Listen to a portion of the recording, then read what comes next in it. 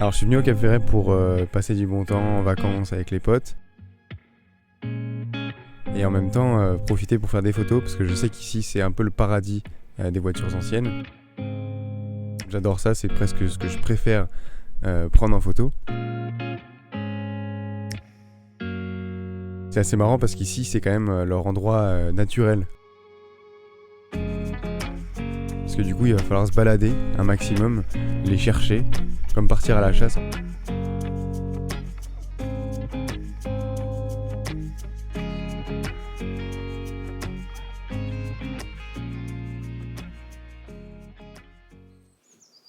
Ce que je recherche c'est les voitures qui sont devant chez les gens par exemple, ou juste sorties là pour aller chercher peut-être une petite course ou ce genre de choses, mais pas forcément pour être montrées.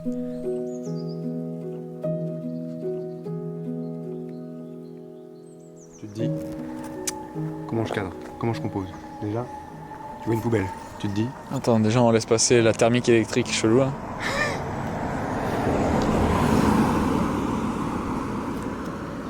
Tu sais quoi déjà? La poubelle. Déjà la poubelle. Bah va falloir l'enlever. Pas forcément. Si. Ça peut donner un cachet. Une poubelle bleue. Poubelle, bleue. En fait, moi je pense qu'il y a deux choses qui me dérangent. C'est la poubelle et ce berlingot. Ah le berlingot. Je pense que t'arriveras à l'enlever des photos.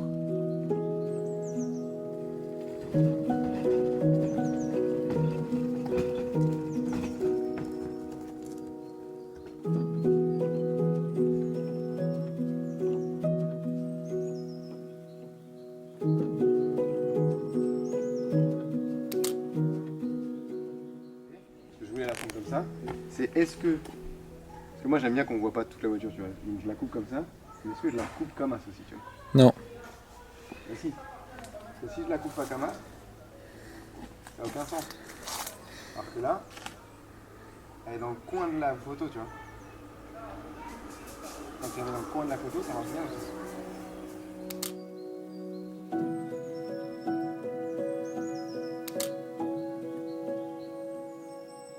Moi je les veux vraiment devant chez les habitants, le propriétaire. On en est tombé une par exemple où une fois on a commencé à prendre des photos et le propriétaire est sorti de la maison. On a pu discuter avec lui, il nous a expliqué le modèle de sa voiture, où il a pu la restaurer. Donc c'est un peu ce côté-là aussi que je cherche. Si jamais le propriétaire il peut sortir de la maison ou il peut arriver de quelque part et on peut discuter avec lui, avoir un échange. Ça je trouve intéressant parce que du coup on en apprend encore plus sur la voiture. Quand je vais prendre ces photos en voiture, je me dis déjà avant de partir quel appareil je prends. C'est toujours un peu la grande question. Là j'ai la chance aujourd'hui d'avoir un Mamiya 7, donc le 120 mm. Et donc du coup je me suis dit là tiens je vais faire une session qu'avec cet appareil, comme ça je vais me brider un peu parce qu'à chaque fois je pars avec 40 000 appareils différents.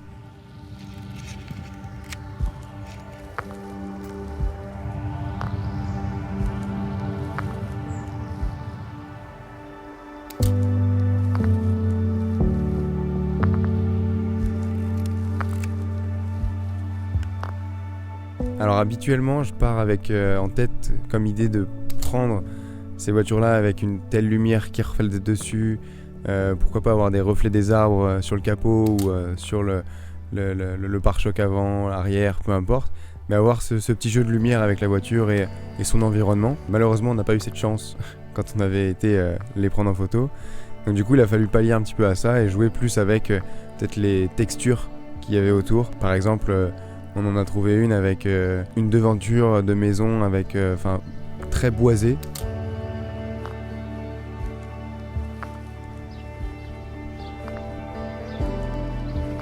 Et du coup je me suis dit tiens, vu qu'il fait pas très beau non plus, je vais peut-être partir sur une Portra 800 plutôt qu'une 400 parce que du coup j'étais pas vraiment sûr de la lumière qu'on allait avoir.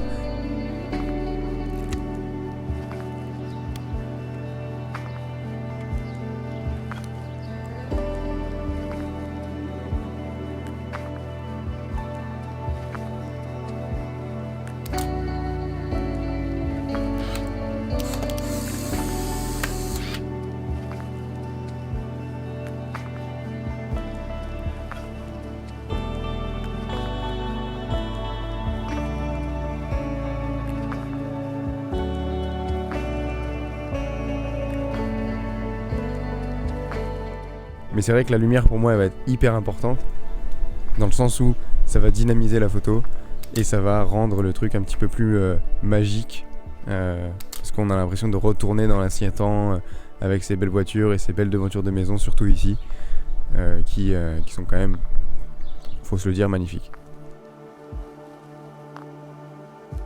Du coup, moi je viens de Paris, j'habite à Paris, je suis né à Paris, mais quand je viens ici, j'ai l'impression d'être quasiment aux États-Unis.